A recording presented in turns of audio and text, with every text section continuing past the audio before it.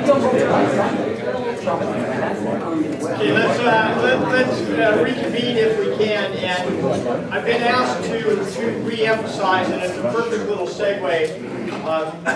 This little section, both of these sections are actually taken out of the certification material that's online now, the whole little tutorial.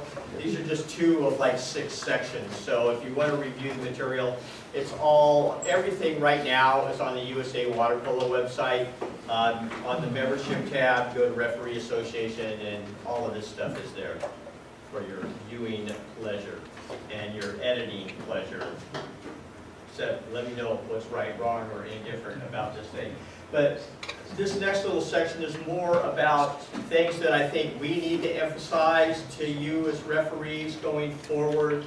First and foremost, player safety, and that's kind of where all of these rule changes and new interpretations are coming from, to make the game a whole lot less violent and to promote movement and offense. If you keep that as the underlying reason for all of this stuff, hopefully that will help you make your decisions. Am I making a call that's favoring the defense? Well, then maybe I better think twice about that. Right? Makes sense? It's all about the offense these days. Scoring, spectators, yay. Okay. So the points of emphasis we're going to talk about, player safety, huge. To look at the instructional material, it's like every second sentence highlighted in red. Our legal people are tired of assault litigations from 14 and under games. They're tired of police reports for parents fighting in the stands or fighting in the parking lot from a situation that came from a game. So, flow advantage be damned. Stop play if player safety is at risk. And we'll re-emphasize that a million times. I don't care if you take a goal away if somebody's about to get hurt. Accountability, your accountability, and the accountability of the teams, and incident reporting I want to talk about a little bit. Everybody's favorite subject, verified rosters and ID checks. Resources and videos, just where to find all the instructional material, and then we'll touch briefly on some of the pending modifications that are going to come your way later this year, although how and when I'm not really sure yet. We'll find out. Our national team coaches are dealing with that stuff right now. But player safety, this should be so common sense. Okay? If players are focused on each other and not playing the game, you need to step in as a referee. Okay? How many times our good friend Boris Morgetta, who was here 3 or 4 years ago for a referee school, and I won't use the terminology that he used, but I can fill in the blanks so you can hear. If you find yourself in a game halfway through the second or third period, and all you've got left in your bag of tricks is misconducts and red cards, you effed up. That's your fault. Okay? We need to control the physicality and the violence early and often. If they don't get it, then they've got 6 players on the bench and maybe only 4 left in the water. Okay? But you need to toe the hard line on that stuff. Player safety is way important. Okay? With all the focus on concussions and youth sports and all this stuff, we need to be responsible and be aware of that stuff first. Okay? And I think that that's easily controlled if we get on the physicality, especially on the perimeter, 2-hand exclusions, drives, that sort of stuff, early and often, they'll get it. Maybe they'll start swimming on defense. Oh, wouldn't that be something? On the website, there's a bunch of stuff, resources on concussions and safe sport and player safety. I suggest you check it out. There's a lot of things that aren't really water polo specific, but they're sport specific. They're event management specific and well worth your time to peruse. You can sit and read all the material within a couple of hours, no problem. But please, player safety, no excuses. Okay. Incident reporting. I don't know why this is such an issue, but you are required within 24 hours to file a report online. The link is on the USA Water Polo website. It's still housed on the Arbiter website, but it's the same form. You gotta do it if your computer's not working or your phone won't access the mobile Arbiter site. call me. My phone number's on the darn report, and let me know. It puts me and everybody in administration in a pretty bad spot when I get a phone call from the DA looking for an incident report on an assault charge that's been filed, and I don't have a clue. And I have to go back to the assigner and find out the game and who the referees were. We are going to start sanctioning, as in suspending you from working, if you fail to file reports in a timely manner. I cannot stress the importance. To that end, the whole verified roster thing, I get incident reports. Number 3 white didn't get the name. Red card assistant coach didn't get the name. No excuse. If you don't have names in a score sheet or a verified roster sitting next to the score sheet that they can fill in as you go along, that game does not get played.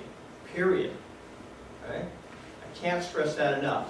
And you go, well, the coaches don't get it. They don't know. I have been told by our sport development folks that zone chairs and coaches have been told they're lazy, so make them do it. If they don't get to play a game once, and the parents are on the coach because they didn't supply a roster, they'll get it figured out pretty darn quick. It's not a very popular position for us to be in. I get that. But we're the easiest ones to do it. I've tried a couple of times and still working on, what if we put a verified roster and the coach signs an affidavit? Well, we've already found a few coaches that maybe aren't quite as honest as they should be. So it's still up to you. And yes, it's every game. Boy, Masters, when we first started doing this at national events, they were switching hats and switching names, and guys with 55 years old and some 30-year-old's ID, crazy stuff. So every game, verified roster, photo ID, and yeah, that includes coaches. Okay? We've sort of set the guideline that you accomplish that at halftime of the game prior. I know that sometimes that's logistically impossible. There's absolutely nothing wrong with coordinating with the tournament host or whatever to line that up and check for you, but realize that the ultimate responsibility is yours. Okay? If Jim Cullingham's on the roster wearing number 6, and we come to find out later Stephen Rosart was in the water wearing number 6, because we do look so much alike, we're in trouble. And that's the kind of stuff that's going on, believe it or not. Devious, clever. Yes, sir. Are they still allowed to do like the binder of all the pages? Yeah, do that? yeah. The people that they had, I saw at the Chair Cup, one team just had one sheet, everybody's ID, little photos, little thumbnail photos. It was awesome. That worked. You still got to see the kid and make sure that it is indeed them. But yeah, why not? Just questions on the rosters? Make sure they're these, and don't start a game without them. Nick? For the coaches in here, it's real, they're making it easier to do this, so you verify your roster, and there's a print ID cards button, so as long as your kids have their IDs uploaded, it's going to print it, you have it all right there. It's very easy. I don't know if they're printing it actually on the verified roster, but we just said it's going to print all the ID cards out. And then the official document by USA Water Polo states that it's to be conducted at halftime or between the 3rd and 4th periods, whatever works out for you. It's either one. On the official document that came out from USA Water Polo. Right. And I would venture to say, if those don't work out, as long as you get it done, yeah, whatever works best for the particular situation that you're in. Mr. Lancelotti. For some of the pictures that we're seeing, the kids are taking like, that's me surfing or that's me taking a shot and you can't really see their face. How strict do you want us to be on that part of it that I can't even tell who it is? Strict. Okay. So it has to be a headshot so I can actually tell who you are, right? Yep. Passport photo quality. Okay. Yeah, you got to be able to identify. Yeah, no, that's me in the hoodie and the sunglasses. No, well, maybe not. One more thing, if you have an exception, let's say there's a tournament granted an exception, you verify your roster for 16, but you have an exception for the kid to play that's turning 17 on like July 20th or something, just have his separate, his ID. So do your verified roster and then just have his separate so you know with the letter from the organizer would allow you that exception. Good point. And the logistics are pretty simple. You don't need to get into a confrontation with a player, with a parent, with a coach. Number 6, you don't have your ID. Your cap goes to the table. When you get your ID, your mom looks it up on your phone, or you get your USA Water Polo membership on your smartphone. Every 10-year-old in the world has a smartphone these days, it seems. They go to the table, they show, they mark it off, and now the kid can play. Okay? You're not the one that holds the hat. No, you got to come back to me. Starting the game, go to the table. And we all know that the degree of professionalism and accountability that we get from tables varies from tournament to tournament. You can't just dump it on them. You got to make sure that they know that this is their responsibility, please. We are educators as well as referees, and sometimes cops. Okay?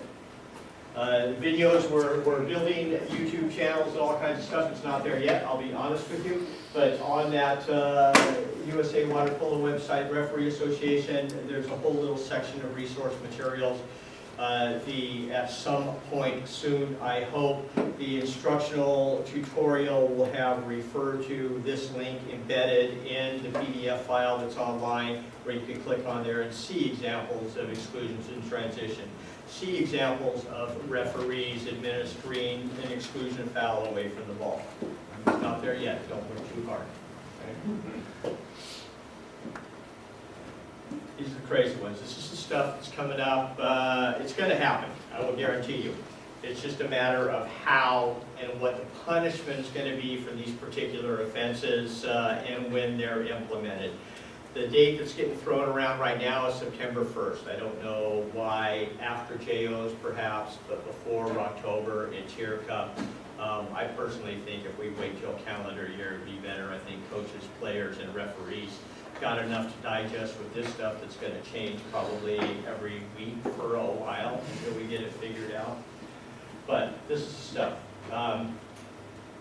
They're talking about, did I modify it, or am I just going to make it up to you? I'm going to make it up because I know what it is. The biggest one is direct shot outside 5 meters. No such thing, 14 and under.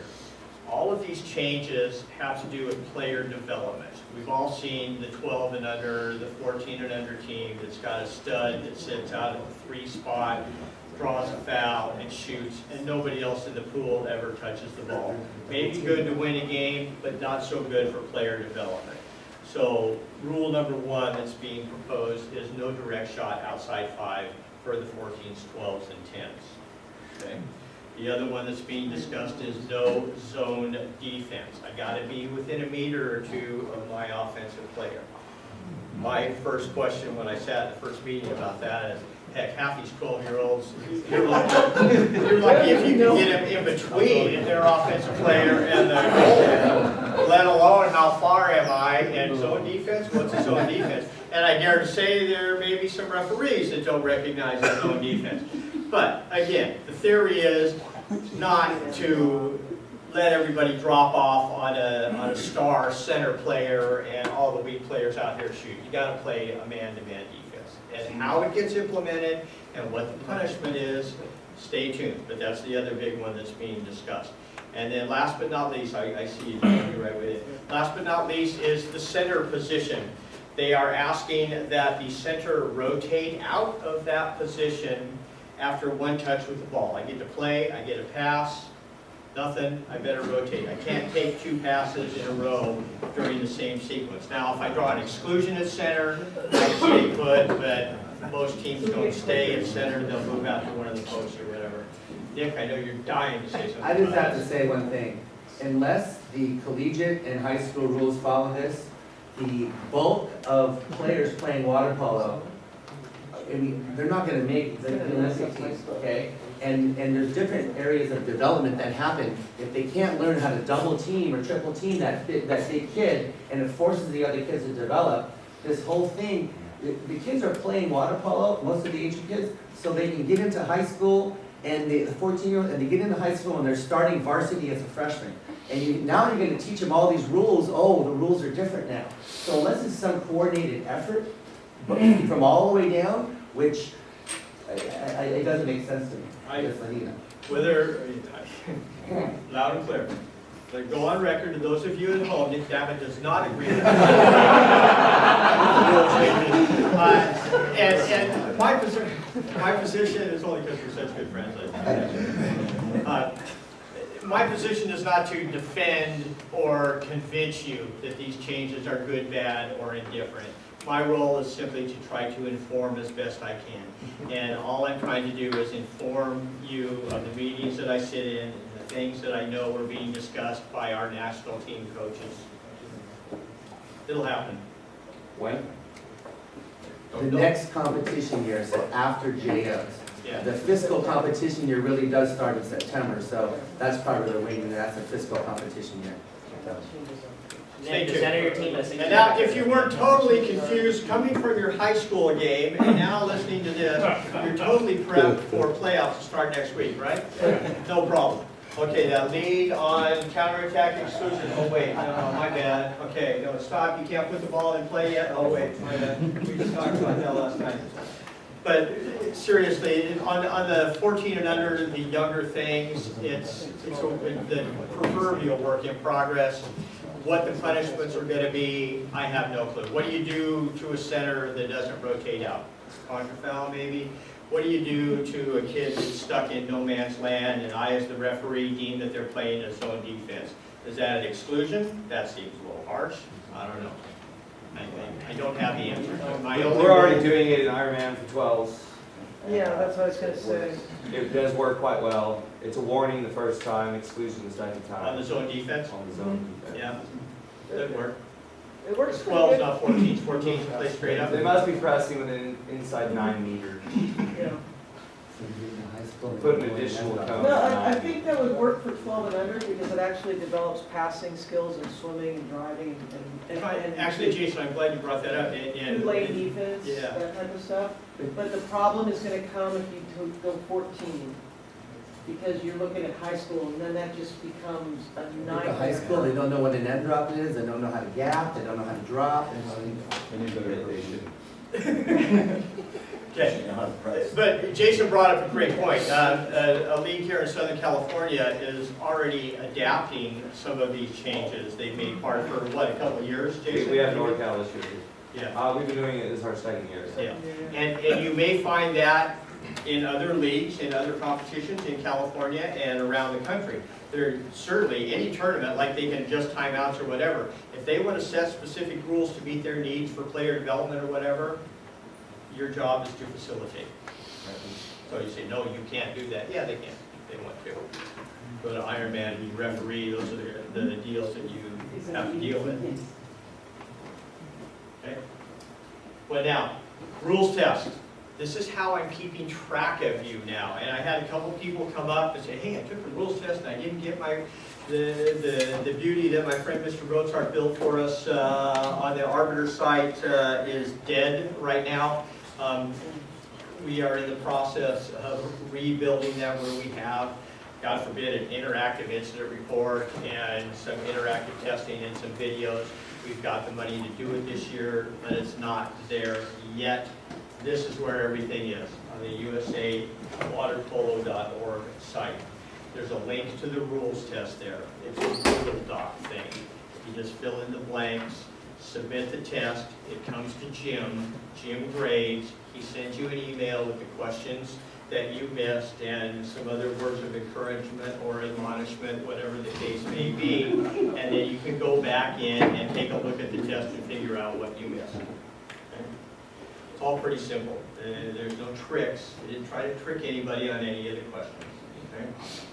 Jim, one question on the test, are the new rules Yep. incorporated into the current test? Yes. Okay. Yes. Specifically timeouts, look out for that one. Specifically resetting the shot clock, look out for that one. Yeah, there's a few. Yeah. Okay. No direct shot, because that hasn't changed. That's not a rule change. None of that stuff we just talked about for younger age groups is on the rule test. Because those aren't in effect. Moving away. I'm talking to move away. Yes, that is there. Okay. Yes. There's a rule change, though, that you didn't talk about with regards to direct shot. Please share. Foul outside 5, you're allowed to shoot your free throw. Correct? Player takes the ball and as part of the interference throws the ball to the far corner of the pool so that you can't shoot your free throw. penalty foul. Is that the one you're talking Yeah, about? yeah, Under delay, yeah. but it does specify that under the delay thing, Does. right? Yeah.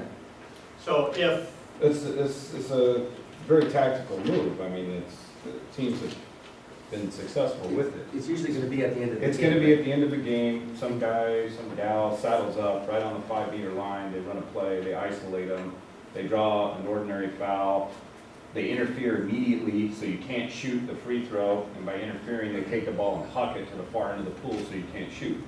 Now it's a penalty. Not two separate fouls, just the one exclusion foul of fouling and throwing the ball away. The game is basically over because you're taking the direct shot with 2 seconds left from half. I hear. Well, before it used to be a great exclusion foul to end the game, is now delaying the game and taking the advantage away. It's just the last thing mentioned under 22.8. I'd like to withhold a mandate on that until I'm able to research a little bit, because I still think it's unclear as to when to apply it. I get it, I grasp the concept. I just don't want us to go out there and start calling penalties every time the ball's knocked away. How far is it knocked away? At the end of the game, when there's seconds left, it's like it says. Just don't call it. Just make it. It doesn't happen at 14 and under, though, you can't shoot the free throw. Don't call it. Right. Call exclusion and then penalty at the same time for throwing the ball away after you've been excluded. Please hold on that one. Look for update, and I will research and get some specifics, because I think we're talking about fake situation, and I really don't want to confuse any more than we already are at this point, and Can I read it? I get it. Can I read it for him? You can read it, but is it, no. This should also be applied to the situation where a defending player deliberately delays the game, such as when the attacking team has a 6-on-5 advantage with limited time remaining in the game, and the defender deliberately throws the ball before the recommencement to a position that makes it impossible for the attacking team in the remaining time to establish or create the scoring opportunity. In this situation, the penalty throw shall be awarded to the opposing You team. said 6-on-5. For example, on the 6-on-5. Yeah. For example. No, I get it, but I would like seriously to have some time to develop a little bit more standard interpretation so the common man, including myself, understands. Thank you.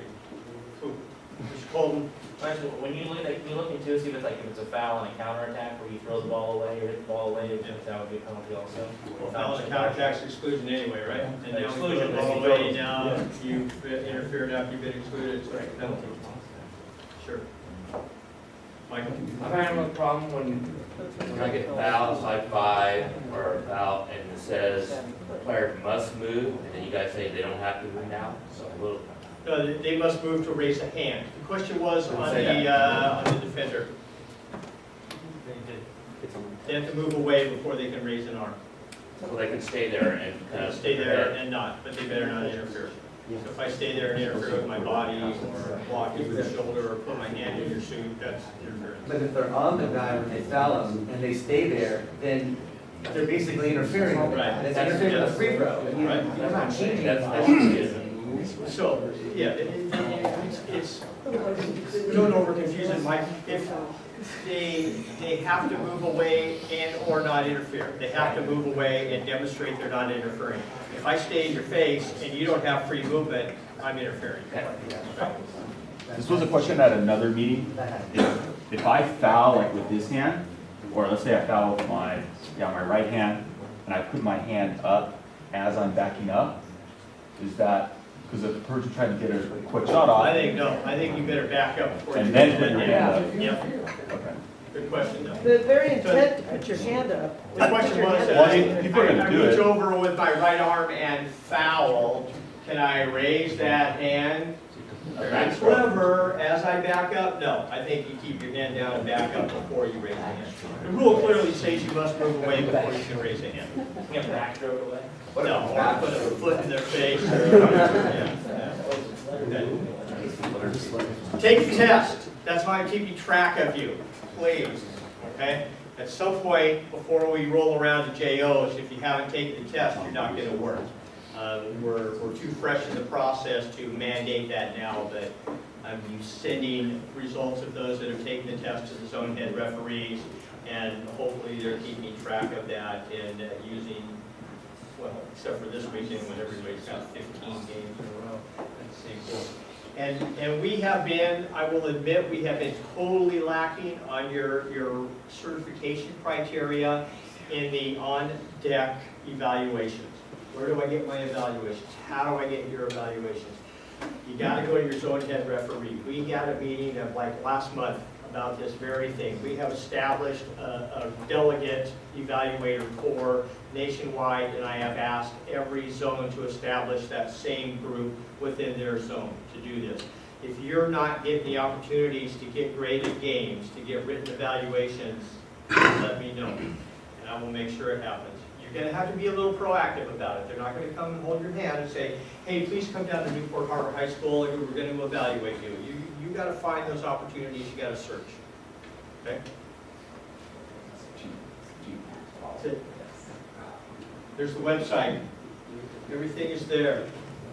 My email address. I feel very lonely if I don't have like at least 150 active emails in my inbox. So feel free. And so if Steve will say, so what? I send you 40 emails and you never answer me. Well, I do have the delete button as well. So, I want to thank you tremendously for being here. I hope that I haven't confused you more than you already were. If you think about player safety, if you think about promoting offense and favoring the offense in any situation that could go either way, that's the basis of all of these rule changes. Keep that. Collaborate with your partner, stay consistent within the games, and you will be fine. Stay consistent. That's huge. All of us have different levels of comfort depending upon the level that's in front of us. Maybe an ordinary foul is easier for me than it is for Chen, but as long as I stay consistent with my ordinary fouls, coaches are fine. We're not going to get anything out of center with Cunningham ref because he's going to call a darn ordinary foul every time the ball gets there. That's okay. I do that every time. But if I call it ordinary and the next time it's exclusion and the next time it's a penalty and I'm all over the place, it's tough. Tough for players and coaches to adjust. You're going to come back to locking cuts. That question was asked earlier. Oh, tell me the question again. The whole locking up thing, are we talking about like at center? Yeah. Okay. If nobody is gaining or losing an advantage, who cares? To me, and then maybe see, you don't see it internationally anymore because it's a waste of time. I'm wasting energy. I'm going to turn and seal to receive my entry pass if I'm at center. I'm wasting my time holding you. I'm taking valuable time off what is now a shorter shot clock. I say butt out until one player tries to force the action. Okay. One way or the other. Somebody lets If go. I'm an if I'm an offensive center, and I want to try to turn and spin and seal, and the defender's holding on to me and not letting me turn, exclusion. If I'm a defender and I'm trying to get free to swim around or do a pendulum defense, and the offensive player isn't letting me move, that's a contra foul. I'm going to move. But if we're just both going to sit there and be it at center or on the perimeter or whatever else, and we're both content to just hold on to each other's forearms, have fun. No, can't receive a pass. If my hands are here, no. Does that help? Holding's part of the game, unfortunately. When does a grab become a hold? Grab becomes a hold when one player tries to force the action, tries to move. Now I'm not grabbing anymore. Now I'm not hand checking. Now I'm holding you from moving. That's an exclusion or a contra foul. And if we call it early and often, maybe they'll play one. Let's see what happens. Dr. Korb, would you like to address the group or I not? figure all I can do is make things even more confusing. So, for those of you who've heard me talk about the range of acceptable calls in high school and college, the range just got way bigger. So we're gonna have to narrow it back down to legit here. Because that would be confusing. We've come from high school games, a lot of these people referee today or this week, talk about U.S. water polo going forward. And Bob, if you don't know, a good friend of mine is also, just happens to be the supervisor of officials for the NC2A. Just came from their rules meeting. They're on a 2-year rule cycle, and they discussed and talked about things that are gonna go forward starting next fall. Nothing that's happening this women's football season, So what I would just say is that I think that NC2A and FINA are as close together in what we want in the water as we've been in years.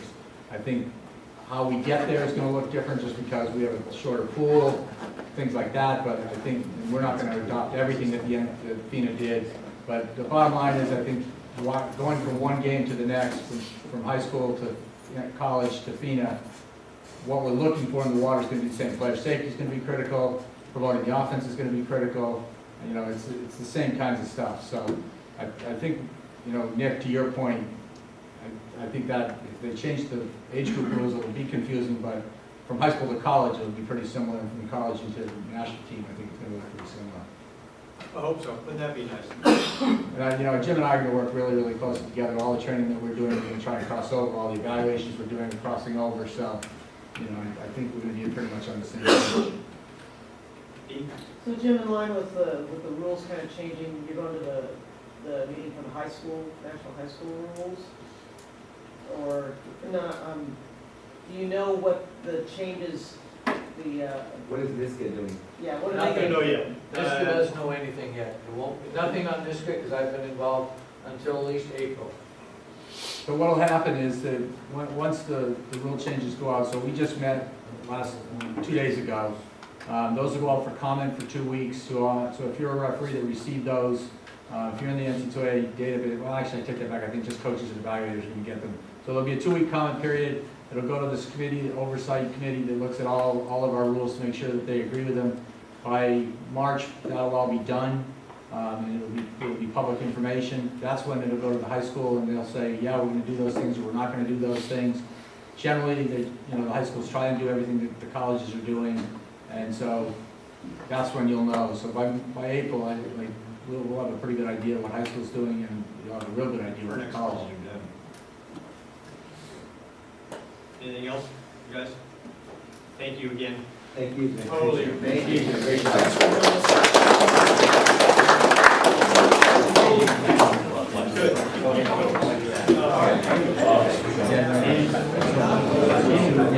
Good.